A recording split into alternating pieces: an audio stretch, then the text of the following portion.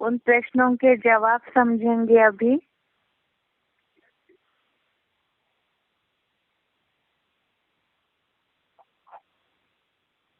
पहला प्रश्न है, निम्नलिखित प्रश्नों के उत्तर के लिए सही विकल्प चुनिए। इसका पहला प्रश्न है, सबको युद्ध भूमि में देखकर अर्जुन विषाद करने लगे, उसका कारण। सबको युद्ध भूमि में देखकर अर्जुन विषाद करने लगे, उसका कारण। उसका जवाब ऑप्शन दिया हुआ है। पहला, सन्नद्ध विनाश की स्मृति से। दूसरा, युद्ध में होने वाले पराजय के कारण। तो इसका जवाब है सन्नद्ध विनाश की स्मृति से, अर्थात जो सामने विनाश खड़ा है उसकी स्मृति से। ये जवाब है पहले अध्याय का श्लोक नंबर 27, अध्याय फर्स्ट, श्लोक नंबर 27। इसमें अर्थ में ऐसे लिखा है, अर्जुन धर्म युद्ध हेतु तैयार खड़े हुए। उन सब सगे संबंधियों की भावुक हृदय से समीक्षा करके, माना निरीक्षण करके, उन सब के मोह में बड़ी दया से पूरा भरा हुआ उनके सन्नद्ध विनाश की स्मृति से विषाद करते हुए बोला। अर्थात जो सामने विनाश खड़ा है उसके बारे में सोच करके अर्जुन विषाद करने लगे। अगला प्रश्न है, दूसरा, अर्जुन का कौन सा धनुष्य गिर रहा है? उसके विकल्प दिए हैं, गांडीव, दैहिक पुरुषार्थ रूपी धनुष्य, और दूसरा ज्ञान बाण का धनुष्य। तो यहाँ पर जो प्रसंग चल रहा है कि सगे संबंधियों को देख करके अर्जुन की मनस्थिति खराब है, जो हमने पिछले हफ्ते श्लोक पढ़े हैं उसमें। तो इसमें जवाब है इसका गांडीव, दैहिक पुरुषार्थ रूपी धनुष्य। ये जवाब पहले अध्याय का 30वां श्लोक, अध्याय फर्स्ट, श्लोक नंबर 30। इसमें पहला ही वाक्य है, गांडीव नामक दैहिक पुरुषार्थ का लचीला धनुष्य चंचल मन और बुद्धि रूपी हाथ से गिरा जा रहा है। अगला प्रश्न है, तामसी बुद्धि वालों की निशानी। अर्थात तामसी बुद्धि वालों की निशानी उनके कर्मों से क्या दिखाई देगी? इसमें विकल्प दिया है, ऑप्शन दिया है, एटम बम बनाने वाले विश्व कल्याणकारी है, और दूसरा ऑप्शन है, विश्व कल्याणकारी बातों को विपरीत अर्थ से जानते हैं। तामसी बुद्धि वालों का हमने 18वें अध्याय के 32वें श्लोक में समझा है। यहाँ पे इसका अर्थ, इसका जवाब है सेकेंड ऑप्शन, विश्व कल्याणकारी बातों को विपरीत अर्थ से जानते हैं और तामसी बुद्धि वाले हैं। इसमें आप देखिए श्लोक नंबर 18वें अध्याय का 32वां श्लोक, अध्याय 18, श्लोक नंबर 32। इसमें ऐसे आया है,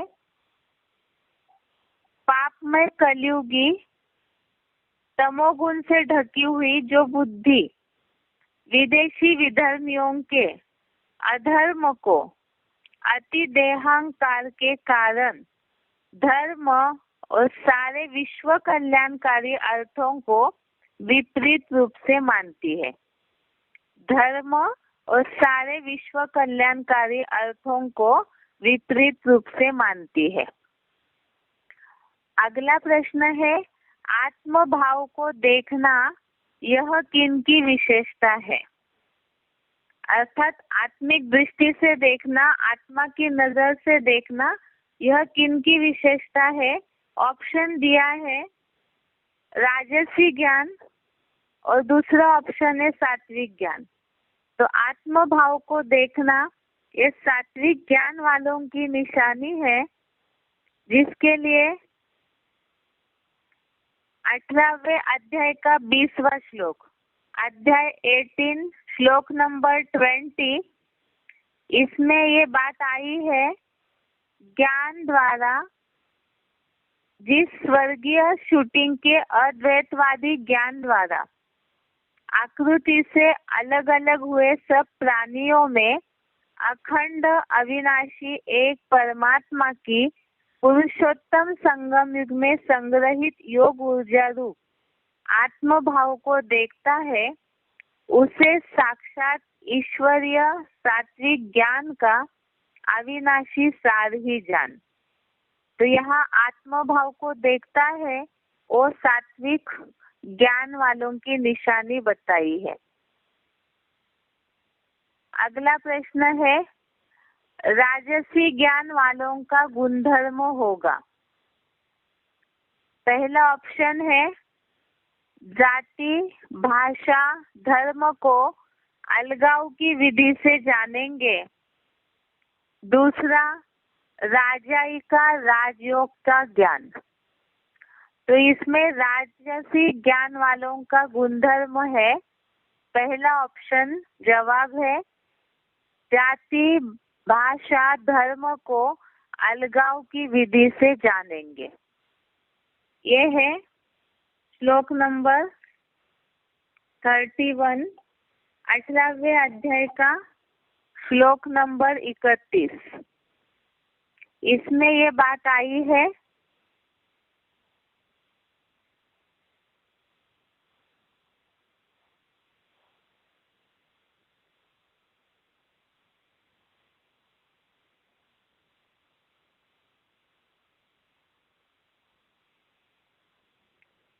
अठारहवें अध्याय का श्लोक नंबर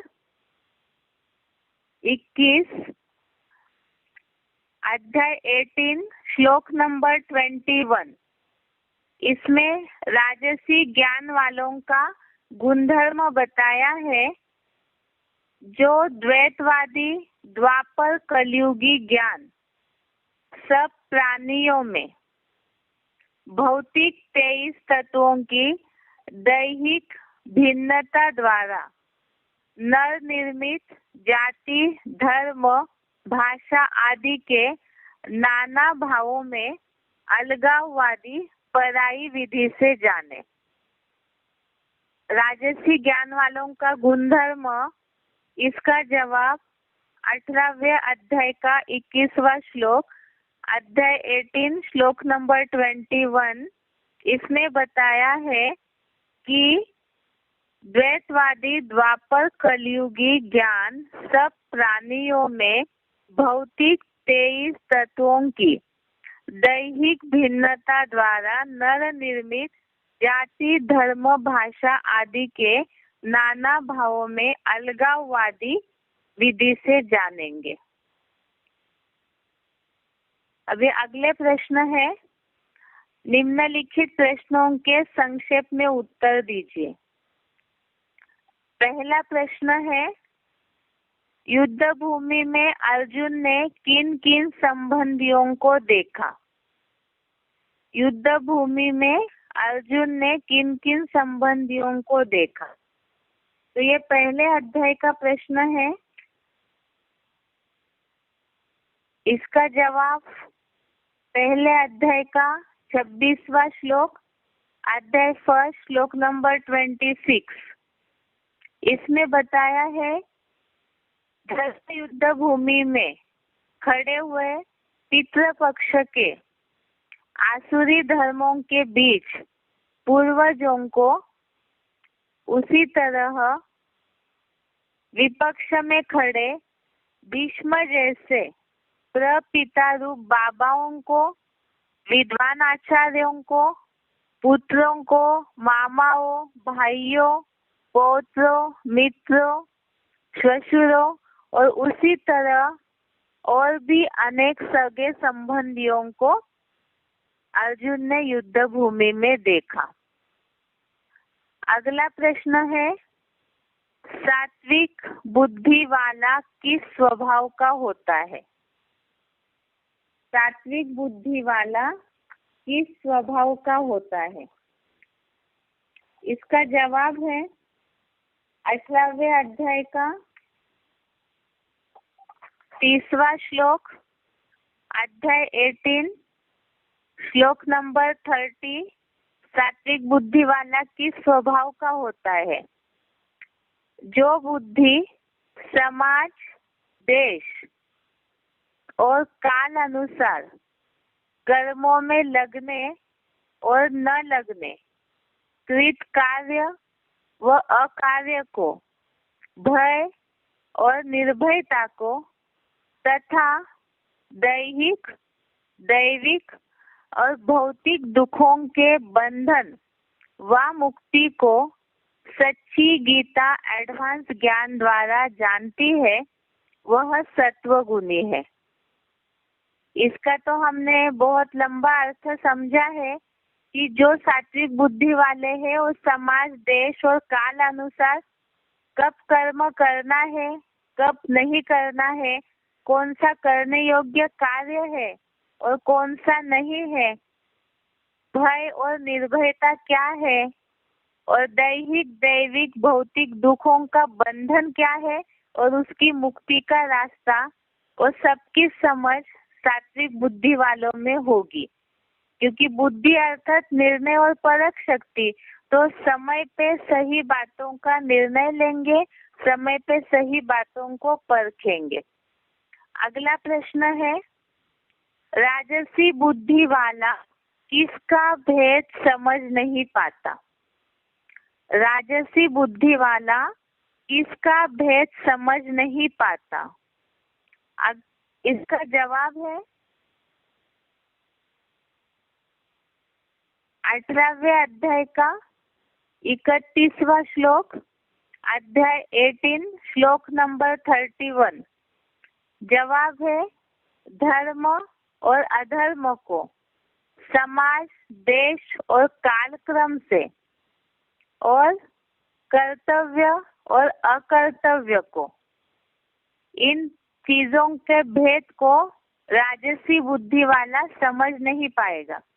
अर्थात धर्म और अधर्म में क्या अंतर है और समाज, देश और कालक्रम के अनुसार कौन सा कर्तव्य करना चाहिए और कौन सा नहीं करना चाहिए, इसके बीच का अंतर राजसी बुद्धि वाले समझ नहीं पाएंगे। उसके साथ साथ इसके अर्थ में ये भी लिखा है कि व्यक्ति पदार्थ की आसक्ति के कारण वो गलत ढंग से जान पाते हैं। ये है राजसी बुद्धि वालों का जवाब। अगला प्रश्न है, हमने शिव बाबा के मुख से तामसी बुद्धि की निशानी समझी थी, तो क्या समझा था? जो उस दिन सिलेक्टेड क्लिप चलाया था एक छोटा सा पॉइंट का, तो उसमें तामसी बुद्धि वालों की निशानी बाबा ने बताई थी कि ज्ञान छोड़ के भाग जाएंगे, बाप को छोड़ के भाग जाएंगे। तामसी बुद्धि वाले जब अवस्था तामसी हो जाती है पुरुषार्थ की, तो ज्ञान छोड़ के भाग जाएंगे, बाप को छोड़ के भाग जाएंगे। मिनी मधुबन वाले मिनी मधुबन, गीता पाठशाला वाले गीता पाठशाला और ज्ञान सरोवर वाले ज्ञान सरोवर छोड़ के भाग जाएंगे। अगला प्रश्न है, सात्विक बुद्धि वाला कर्मों में लगना और न लगना किन 3 बातों के अनुसार समझता है? सात्विक बुद्धि वाला कर्मों में लगना और न लगना किन 3 बातों के अनुसार समझता है? अभी इसके बारे में एक और प्रश्न हमने समझा था, सात्विक बुद्धि वालों का स्वभाव कैसे होता है। तो इसमें कर्मों में लगना और न लगना, सात्विक बुद्धि वाले समाज, देश और काल, इन 3 बातों का जरूर ध्यान रखेंगे। समाज, देश और काल अनुसार कौन सा कर्म करना है, कौन से कर्म में लगना है और नहीं लगना है। इसका जवाब 18वें अध्याय का 30 नंबर श्लोक, अध्याय 18 श्लोक नंबर 30। अगला प्रश्न है, युद्ध भूमि में सगे संबंधी जनों को देखकर महारथी अर्जुन का हाल क्या था। युद्ध भूमि में सगे संबंधी जनों को देखकर महारथी अर्जुन का हाल क्या था।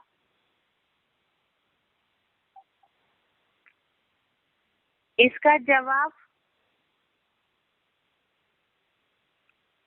अध्याय 1 श्लोक नंबर 30। एक तो 28, 29 इस श्लोक में भी बताया है। अध्याय 1 श्लोक नंबर 28, 29 और 30 में भी वही बातें बताई हुई है विस्तार से। पहला 28 और 29 में जो अर्थ लिखा हुआ है कि दैहिक सगे संबंधियों को मनमाना धर्म अधर्म का युद्ध करने के लिए उत्सुक देखकर मेरे अंग दैहिक लगाव के कारण पूरे ही शिथिल हो रहे हैं। कुछ भी बोलने के लिए मुख अत्यंत सूख रहा है तथा निराशा से मेरे सारे शरीर में कंप और रोंगटे खड़े हो रहे हैं, जैसे आत्मबल क्षीण हो गया है। और 30 नंबर श्लोक, अध्याय 1 श्लोक नंबर 30, इसमें भी इस वर्णन को बताया है। गांडीव नामक दैहिक पुरुषार्थ का लचीला धनुष चंचल मन और बुद्धि रूपी हाथ से गिरा जा रहा है। अचानक बुखार आने जैसी त्वचा भी सब ओर से दहक रही है। इतना शिथिल हो कि खड़े रहने में भी जैसे अशक्त हो और मेरा किम कर्तव्य विमूढ़ मना मन चकरा सा रहा है। और सगे संबंधियों के प्रति जो मोह अंधकार हुआ है उसके कारण विपरीत फल सूचक शकुन अपशकुन देख रहा है। ये है युद्ध भूमि में सगे संबंधियों को देखकर महारथी अर्जुन का जो हाल हुआ। अगला प्रश्न है, किन 3 प्रकार के दुखों के बंधन को जानना सात्विक बुद्धि कहा जाता है। तो इसका जवाब भी 18वें अध्याय का 30वां श्लोक, 3 प्रकार के दुखों के बंधन को जानना सात्विक बुद्धि कहा जाता है। इसका जवाब है दैहिक, दैविक और भौतिक दुखों के बंधन को जो जानते हैं और उसके मुक्ति का रास्ता जो जानते हैं वो सात्विक बुद्धि वाले कहे जाते हैं। अगला है, निम्नलिखित प्रसंगों के लिए श्लोक बताएं।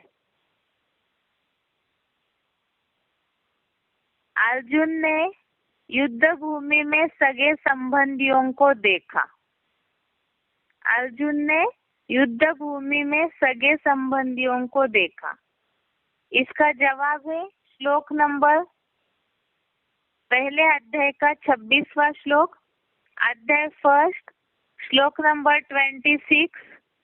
श्लोक है, तत्र पश्चात स्थितान पार्थ पितृनत पितामहान आचार्यान मातुलान भातृन पुत्रान पौत्रान सखींस्तथा श्वशुरान सुहृदयश्चैव सेनयोर उभयोरपि। यह है अर्जुन ने सगे संबंधियों को युद्ध भूमि में देखा। इसका जवाब तो अभी अभी हमने प्रश्न समझा है, किन किन संबंधियों को देखा, इसलिए अर्थ रिपीट नहीं करेंगे। अगला प्रश्न है, युद्ध भूमि का निरीक्षण करने के बाद अर्जुन को दुख हुआ। युद्ध भूमि का निरीक्षण करने के बाद अर्जुन को दुख हुआ। इसका जवाब है पहले अध्याय का 27वां श्लोक, अध्याय फर्स्ट, श्लोक नंबर 27। तान समीक्षस कौन्तेय सर्वान् बंधून् अवस्थितान् कृपया परया आविष्टो विषीदन् इदम अब्रवीत। युद्ध भूमि का निरीक्षण करने के बाद अर्जुन को दुख हुआ। इसके अर्थ में ये बात आई है जो अभी अभी हमने अर्थ पढ़ा था। अर्जुन धर्म युद्ध हेतु तैयार खड़े हुए उन सब सगे संबंधियों की भावुक हृदय से समीक्षा करके अर्थात निरीक्षण करके उन सब के मोह में बड़ी दया से पूरा भरा हुआ उनके सन्नद्ध विनाश की स्मृति ही विषाद करते हुए यह बोला। विषाद अर्थात दुख करते हुए। अगला प्रश्न है, सगे संबंधियों के मोह के कारण अर्जुन को बीमारी सी अनुभव होने लगी। सगे संबंधियों के मोह के कारण ही अर्जुन को बीमारी सी अनुभव होने लगी। इसका श्लोक है फर्स्ट अध्याय का 29 श्लोक और 30 नंबर श्लोक। पहले अध्याय का 29 और 30 नंबर श्लोक।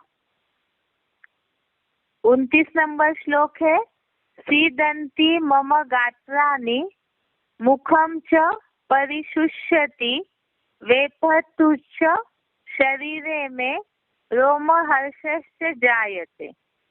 और 30 नंबर श्लोक है जिसमें अर्जुन की जो स्थिति है, जो बीमारी सी महसूस करने लगा संबंधियों के मोह के कारण। अध्याय फर्स्ट, श्लोक नंबर 30। गांडीवम संसते हस्तात् वक्चैव परिधय्यते न च शक्नोमि अवस्थातुं भ्रमतीव च मे मनः निमित्तानि च पश्यामि विपरीतानि केशव। अगला प्रश्न है, अर्जुन ने बोला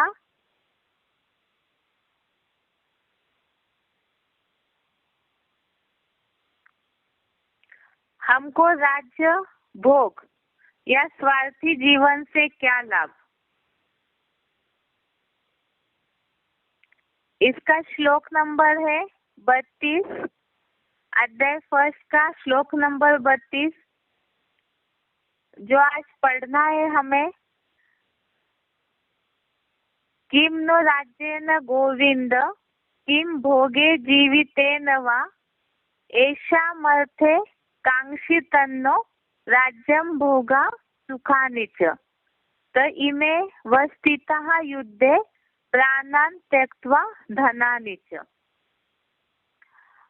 अगला प्रश्न है, आत्मभाव को देखने वाला सात्विक ज्ञान है।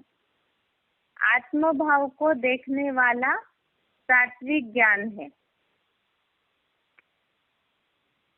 ये है 18वें अध्याय का 20वां श्लोक, अध्याय 18 श्लोक नंबर 20।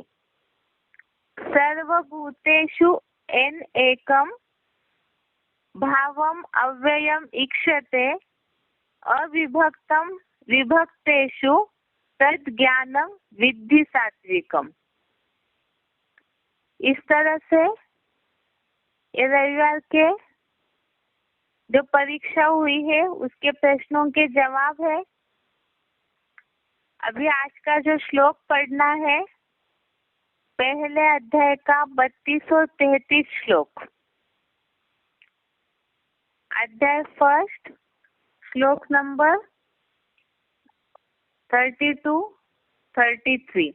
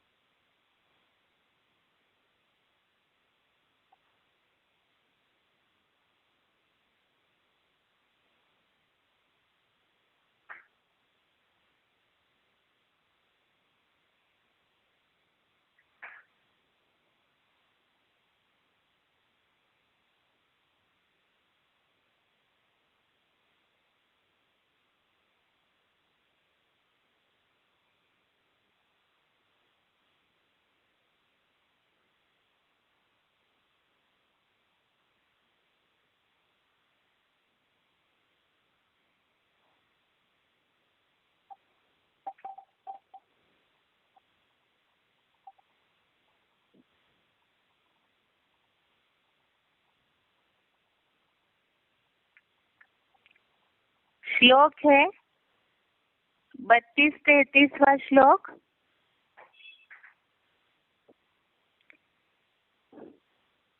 किम नो राज्येन गोविंद किम भोगेर जीवितेन वा एषामर्थे कांक्षितन्नो राज्यं भोगा सुखानि च त इमे वस्थिताः युद्धे प्राणान् त्यक्त्वा धनानि च। एक बार दोबारा श्लोक देखिए।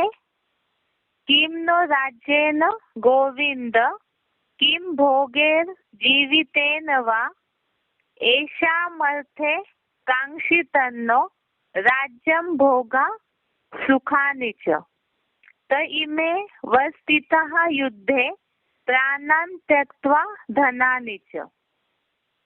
इसका एक बार संधि विच्छेद देखते हैं।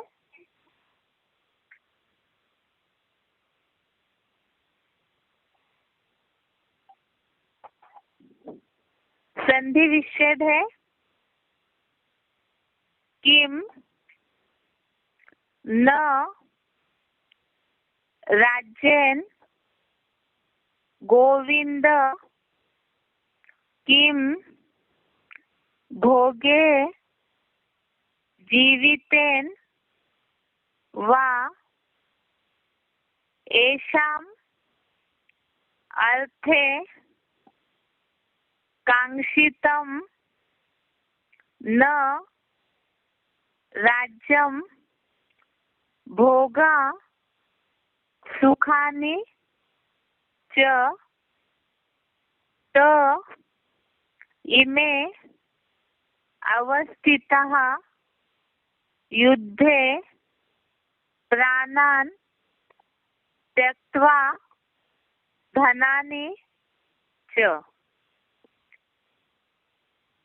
फिर से दोबारा देखिए संधि विच्छेद। किम न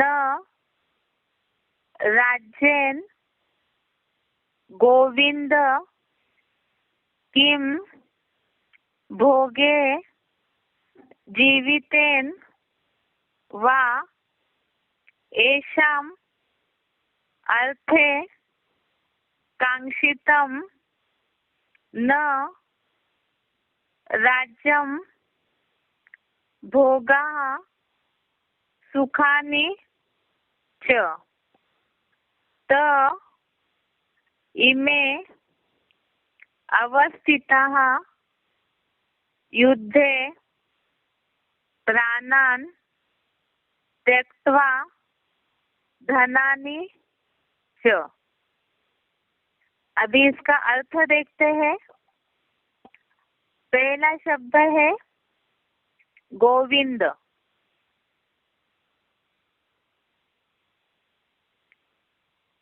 गोविंद का अर्थ है हे इंद्रियों रूपी गौओं के शासन करता। गोविंद अर्थात हे इंद्रियों रूपी गौओं के शासन करता। अगला शब्द है नो, अर्थात जो संधि विच्छेद में उसको पढ़ा है न, अर्थात हमको। राज्येन अर्थात राज्य से। किम अर्थात क्या। गोविंद नो राज्येन किम अर्थात हे इंद्रियों रूपी गौओं के शासन करता हमको राज्य से क्या। आगे का शब्द है भोगेरवा, अर्थात भोगो वा। अगला शब्द है जीवितेन, अर्थात जीवन से। किम अर्थात क्या। अगला शब्द है एशाम, अर्थात जिनके। अर्थे अर्थात लिए। यहाँ जुड़ा हुआ शब्द लिखा है एशामर्थे, अर्थात जिनके लिए, येषाम अर्थे अर्थात जिनके लिए, नो अर्थात हमने, राज्यम अर्थात राज्य। आगे का शब्द है भोगाश्च सुखानि। भोगाश्च सुखानि अर्थात ये दो शब्द है, भोगा च सुखानि। भोगा च सुखानि, भोगा अर्थात भोगो, च अर्थात और, सुखानि अर्थात सुखों को। आगे का शब्द है कांक्षितन्ते। कांक्षितम, कांक्षितन्ते ऐसे लिखा हुआ है, अर्थात चाहा है। इमे अर्थात ये, प्राणान अर्थात प्राणों।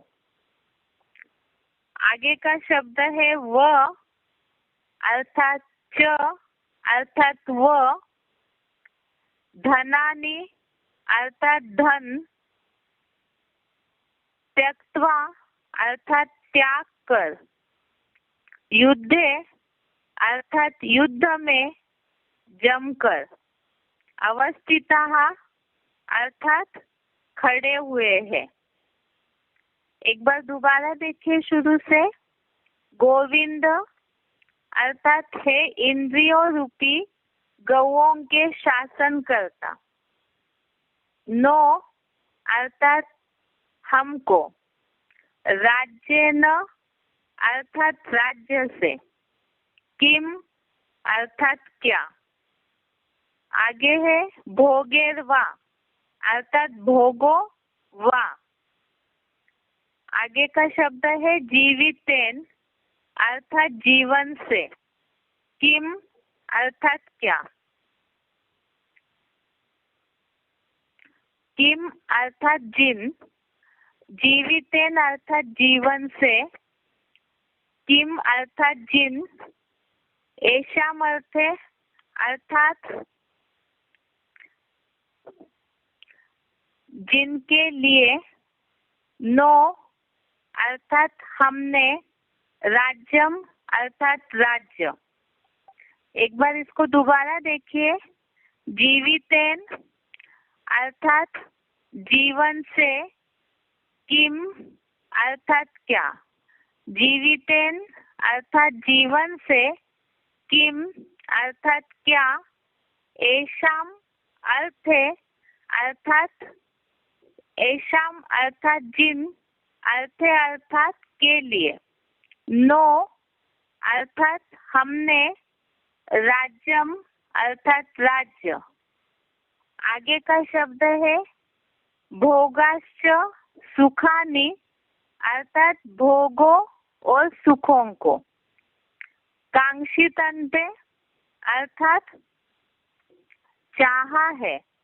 इमे अर्थात वही, ए प्राणान अर्थात प्राणों, च अर्थात व, धनानि अर्थात धन, त्यक्त्वा अर्थात त्याग कर, युद्धे अर्थात युद्ध में, अवस्थितः अर्थात युद्धे अवस्थितः अर्थात युद्ध में जमकर खड़े हुए हैं। तो इसका अर्थ हुआ, हे इंद्रियों रूपी गौओं के शासन करता, हमको राज्य से क्या, भोगों व जीवन से क्या, जिनके लिए हमने राज्य और भोगों और सुखों को चाहा है, वही ये प्राणों व धन को त्याग कर युद्ध में जमकर खड़े हुए हैं। एक बार दोबारा देखिए। हे इंद्रियों रूपी गौओं के शासन करता, हमको राज्य से क्या, भोगों व जीवन से क्या, जिनके लिए हमने राज्य और भोगों और सुखों को चाहा है, वही ये प्राणों व धन को त्याग कर युद्ध में जमकर खड़े हुए हैं। अर्थात गोविंद का अर्थ तो कई बार मुरलियों से भी आता है, अर्थात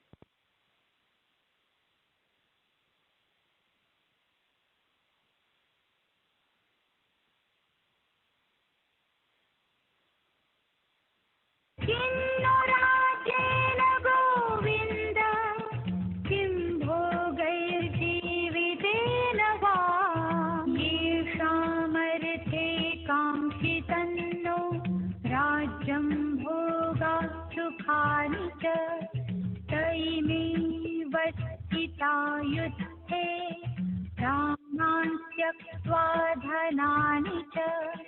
हे इंद्रियों रूपी गौओं के शासनकर्ता, हमको राज्य से क्या, ऐसे ही भोगों व स्वार्थी जीवन से क्या लाभ, क्योंकि जिन संबंधियों के लिए हमने राज्य, भोगों और सुखों को अपना घराती समझ चाहा है, वही ये दुश्मन बनकर प्राणों व धन धाम को त्याग कर धर्म अधर्म के विशाल युद्ध में जमकर खड़े हुए।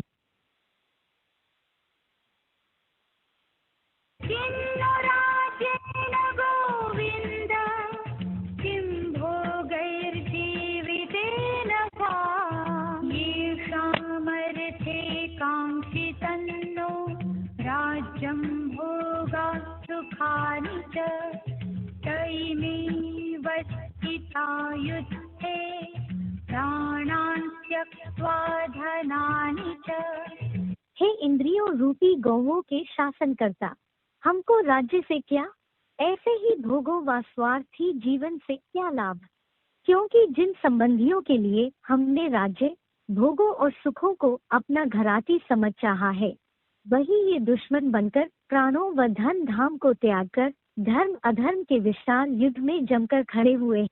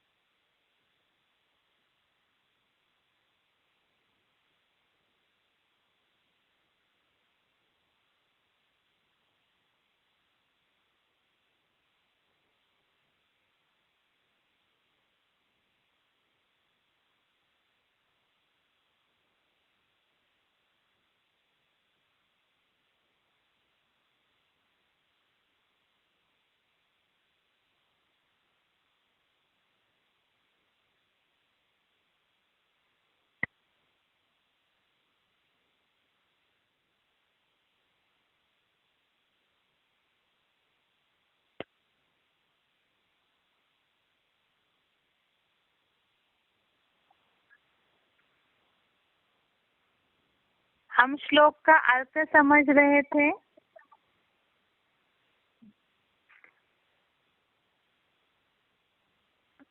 बीच में थोड़ा सा डिस्टरबेंस हो गया था, हो सकता है आप लोगों का बीच में आवाज ना आया हो, इसलिए एक बार दोबारा उस श्लोक का अर्थ पढ़ के समझा रहे हैं। हे इंद्रिय रूपी गौओं के शासन करता, हमको राज्य से क्या, भोगों व जीवन से क्या, जिन जिसके लिए हमने राज्य और भोगों सुखों को चाहा है, वही ये प्राणों व धन को त्याग कर युद्ध में जमकर खड़े हुए हैं। अभी तक हम जो श्लोक का कनेक्शन देख रहे थे, ऊपर जो समझते आए पिछले हफ्ते कि युद्ध भूमि की हालत देख करके अर्जुन की मनस्थिति डगमग हो रही थी, उनको बीमारी से अनुभव होने लगी। और जैसे पिछले हफ्ते का पहला श्लोक देखा हमने 31 नंबर का, 31 नंबर का श्लोक, उसमें जैसे अर्जुन ने बोला है कि मैं निराला महत्वाकांक्षी बनकर विश्व विजय नहीं चाहता, स्वर्गीय सुख, स्वर्गीय राज्य या विष्णु लोक के अतीन्द्रिय सुख को भी नहीं चाहता। इसी से कनेक्टेड एक श्लोक बोला है कि जैसे स्वर्गीय राज्य नहीं चाहिए हमें जो आगे मिलने वाला है, वैसे ही हमें इस राज्य से क्या है, भोगों से अर्थात सुखों से क्या है और जीवन से भी क्या है, जिनके लिए हमने ये राज्य चाहा है, तो वो भोग और सुखों को चाहा है, वही यहाँ पे प्राणों को, धन को त्याग कर युद्ध में जमकर खड़े हुए हैं। अर्थात हम जिनके लिए युद्ध कर रहे हैं, जिनके लिए स्वर्ग या सुख को चाह रहे हैं, वही सब कुछ छोड़ करके यहाँ खड़े हुए हैं। तो हमें ऐसे राज्य से क्या करना है? अब इसका हम क्लैरिफिकेशन सही अर्थ पढ़ते हैं एक बार। हे इंद्रियों रूपी गौओं के शासन करता, हमको राज्य से क्या, ऐसे ही भोगों व स्वार्थी जीवन से क्या लाभ, क्योंकि जिन संबंधियों के लिए हमने राज्य, भोगों और सुखों को अपना घराती समझ चाहा है, वही ये दुश्मन बनकर प्राणों व धन धाम को त्याग कर धर्म अधर्म के विशाल युद्ध में जमकर खड़े हुए हैं।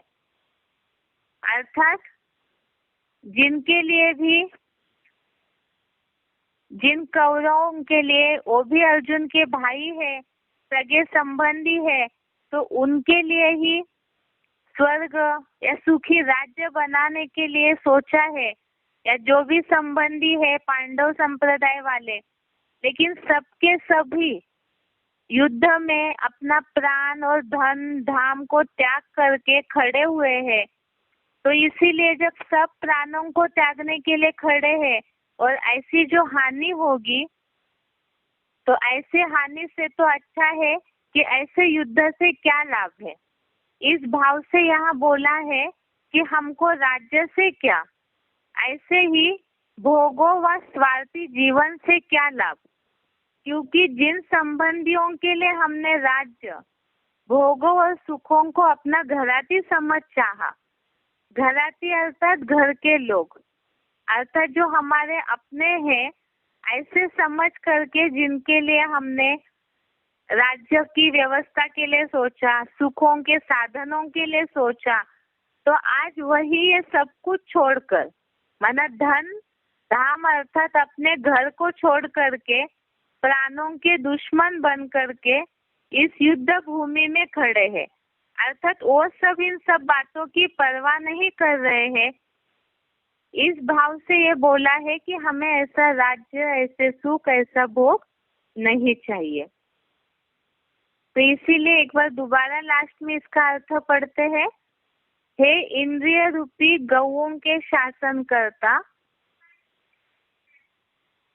हमको राज्य से क्या, ऐसे ही भोगों व स्वार्थी जीवन से क्या लाभ, क्योंकि जिन संबंधियों के लिए हमने राज्य, भोगों, सुखों को अपना घराती समझ चाहा है, वही ये दुश्मन बनकर प्राणों, धन धाम को त्याग कर धर्म अधर्म के विशाल युद्ध में जमकर खड़े हुए हैं। ऐसा जीवन भर जिनको अपना समझते हैं, तो जब सत्य और असत्य का निर्णय करने की बात आती है, तो उस समय अगर कोई असत्य का ही साथ दे रहे हैं या तो दुश्मन बन जाते हैं, विरोधी बन जाते हैं, तो ये सोच करके ही अर्जुन की मनस्थिति हिल गई है। इसीलिए इस श्लोक में भी वही बात बोली है कि ये सब युद्ध में जमकर खड़े हुए हैं। इस तरह से ये आज का श्लोक हो गया, श्लोक नंबर 32 और 33। उसके बाद हम बुद्धि का टॉपिक समझ रहे थे। वैसे तो थोड़ा सा 5 ही मिनट का समय है, इसीलिए केवल उसकी लिंक रिपीट करेंगे। बुद्धि का टॉपिक अभी तक जो हमने समझा है कि ये शरीर रथ है और उसमें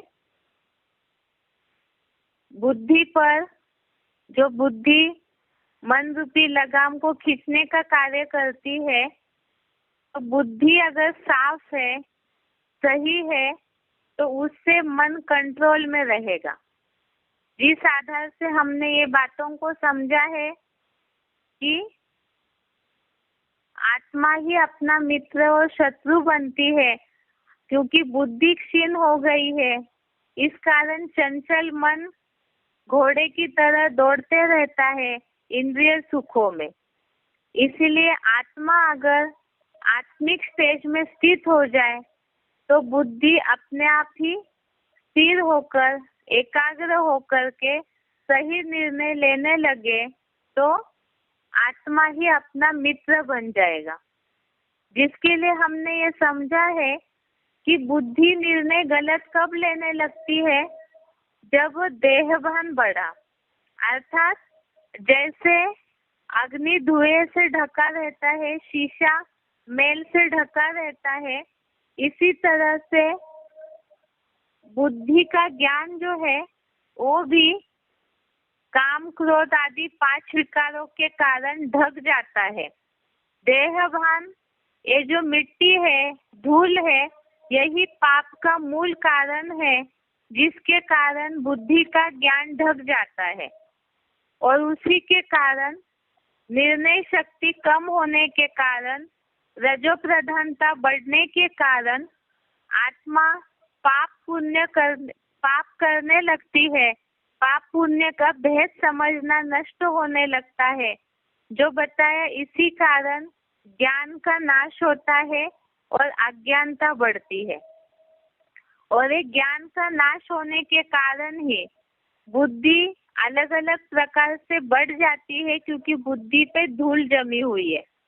जिसके लिए समझा हमने पिछले हफ्ते कि बुद्धि भी 3 प्रकार की है, सात्विक बुद्धि, राजसी बुद्धि और तामसी बुद्धि।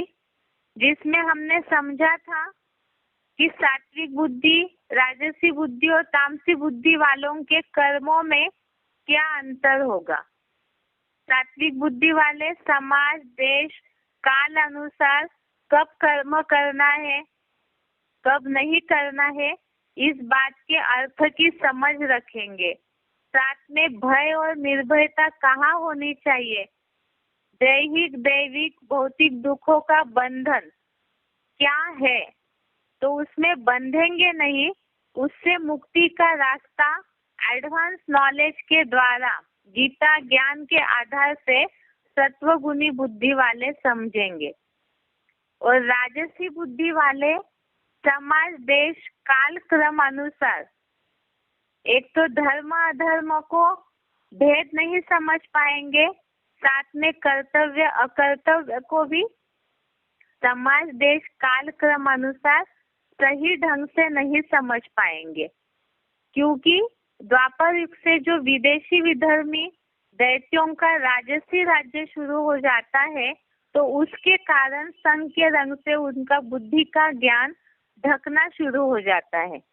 और तामसी बुद्धि वाले तो उससे भी नीची अवस्था वाले हैं, क्योंकि पापमय कलयुग अर्थात कलह क्लेश का युग, जहाँ व्यभिचार ज्यादा पनपता है, कलह क्लेश संघर्ष ज्यादा है, तो पापों की मात्रा भी ज्यादा होती है। जिस कारण तमोगुण से ढकी हुई बुद्धि अधर्म को देह अहंकार के कारण धर्म और सारे विश्व कल्याणकारी बातों को उल्टे रूप से मानते हैं, विपरीत रूप से मानती है, अर्थात उल्टे रूप से मानते हैं।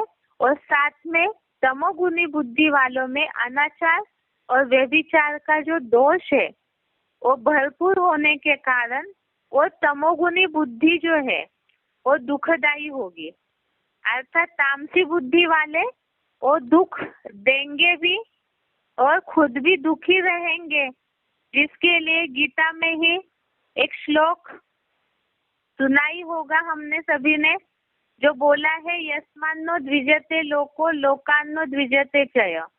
अर्थात सात्विक बुद्धि वाले होंगे, जो योगी होंगे, वो अपनी ज्ञान की पराकाष्ठा के आधार से न उद्वेगित होंगे न दूसरों को उद्वेग दिलाएंगे।